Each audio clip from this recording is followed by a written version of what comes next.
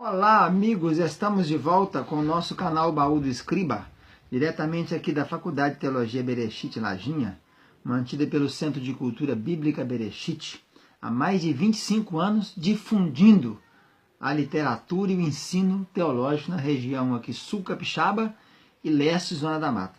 Hoje falaremos sobre as éguas dos carros de Faraó. Não é incrível isso aí? As éguas dos carros de Faraó.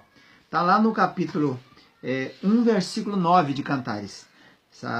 Salomão dizendo: as éguas dos carros de Faraó te comparo, ó querida minha.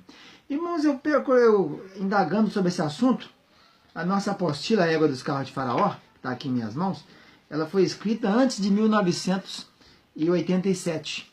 Essas literaturas minhas, esses mais de 200 apostilas que nós temos escrito, quase todas elas são do tempo que eu morava em Brasília, antes de me casar. Depois se casou, a produção diminuiu bastante. Mas então, eu dei um apanhado na internet. Qual não foi minha surpresa ao saber que eu estou conhecido no Brasil inteiro e até no mundo? Achei um camarada aqui, lá dos Estados Unidos, bispo juiz Edson Cavalcante, que copiou meu estudo todinho. Só pôs o nome dele no final.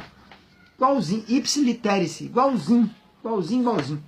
Aí achei vários vídeos. 1, 2, 3, achei uns 10 vídeos aqui na internet, no YouTube. 5 é copiado da minha apostila, que é de 1983, 82, por aí. E aí você pergunta, mas como é que isso aconteceu de chegar por lá? Aconteceu que teve um pastor aqui em Caratinga, chamado Fernando, que ele me procurou querendo divulgar minha literatura.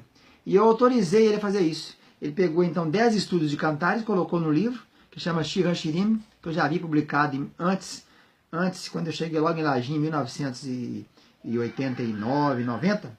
Essa é a segunda edição. Ele fez 1000 exemplares e desceu aqui pelo Nordeste, subindo, passou pelo Norte, desceu por Rondônia, Mato Grosso e saiu vendendo esse livro. Então nós ficamos muito difundidos, muito conhecidos nessa região. Então por isso é que acontece que tem muitos irmãos aí utilizando o nosso material. Nós somos pioneiros nessa área de estudo em Cantares aí, há muitos anos trabalhando com isso, com esses ensinamentos. Então as éguas dos carros de Faraó é uma comparação feita por Salomão para a esposa. Ele diz então: a uma égua dos carros de Faraó te comparo, ó amante minha, ó amiga minha, né? Então, por que será que foi colocar isso, égua de carro de Faraó?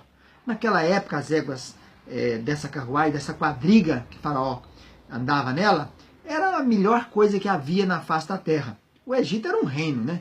O Egito era um império naquela época, né? A nação egípcia dominava o mundo. Então o Faraó tinha o melhor para a sua locomoção. E essas éguas, então, eu andei procurando em 1980 e poucos, em 85, 4, 3, por aí, quando eu ainda estudava na Faculdade Teológica Batista de Brasília, FTBB, andei procurando em livros arqueológicos o porquê dessa comparação. E a palavra cavalo no hebraico é SUS. SUS, esse aí, você pensar que é um sistema de saúde, né? Mas não, SUS é cavalo. E a égua é SUSá, feminino, no hebraico, aí se faz com esse prefixo, com esse sufixo aí, a. SUSá, éguas. Então aqui nós temos até um assunto também de gemátria, que eu vou entrar depois em outros estudos, que é mais profundo. Mas então, Salomão está querendo realçar que a amada dele tem algumas características que são peculiares a ela. Somente aqueles animais que eram treinados, adestrados, capacitados, que puxava a quadriga de Faraó, tinham essas qualidades. A primeira qualidade que eu destaquei aqui nesse estudo, para as éguas de Faraó, e por isso Salomão, que teve 700 mulheres, 300 concubinas, ou 300 princesas, 700 mulheres, e ainda concubinas, e muitos filhos, com certeza, ele foi colocar esse epíteto na Sulamita, né? Sulamita. Por quê? Porque a primeira coisa característica delas é que elas tinham um local, elas viviam circunspectas, elas não viviam ao livre, ao léu. Essa lição serve para nós como uma lição que nós temos limites. A vida espiritual tem limites, né? Você não pode fazer o que você quer. Tem que haver diferença entre o que serve a Deus e o que não serve. Outra coisa é que elas tinham pedigree, raça.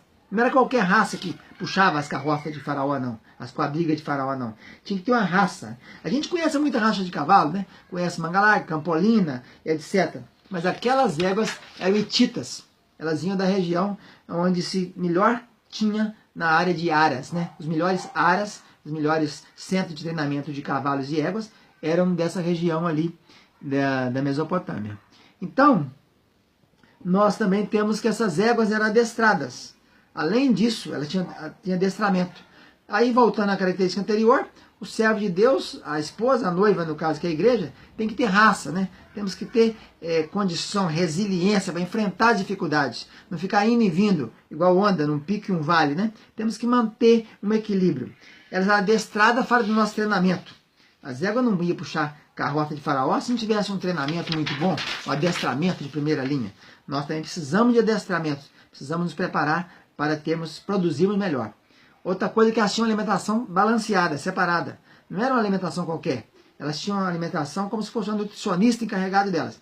A igreja também, para ser forte, para vencer, precisa ter essa alimentação balanceada. O Espírito Santo nos oferece, esse adestrador que é o Espírito Santo, nos oferece esse alimento selecionado, seleto. É um alimento de escol, né? Conforme diz lá a Bíblia Sagrada. Escol quer dizer excelente. Outra coisa era o reprodutor. Nós precisamos disso. As éguas, além de ser treinadas e capacitadas, elas também reproduziam. E, logicamente, suas crias de primeira qualidade. O crente não deve ter nenhum prazer se ele não estiver reproduzindo. É preciso levar novas pessoas a conhecer Jesus. Senão, para que serve a nossa vida espiritual, a nossa terra, se nós não reproduzirmos, não passarmos para frente o que nós estamos aprendendo? Outra característica era obediente. Essas éguas obedeciam. E a gente vê que hoje nos grandes problemas das igrejas é a obstinação, né? A teimosia. Os membros, de modo geral, o mundo, de modo geral, as pessoas, de modo geral, são teimosas, são pessoas obstinadas. Elas não aceitam a correção. E essas éguas eram obedientes. Bastava uma palavra do condutor que elas se moviam. E, por fim, a outra característica que eu ressaltei nessa égua aqui é que elas sempre avançavam. Essas éguas não retrocediam. E essa característica é a condição sine qua non, sem a qual não podemos ser servos de Deus. Não podemos retroceder. Aqueles que lançam a mão do arado e olham para trás, não são dignos do Senhor Jesus. Então nós ficamos por aqui com esse breve estudo das éguas do carro de Faraó e voltaremos no nosso próximo contato. Abra você aí o nosso canal, Baú do Escriba, dá um like aí e acompanhe-nos por aqui, ok? Um abraço, até mais, tchau, tchau.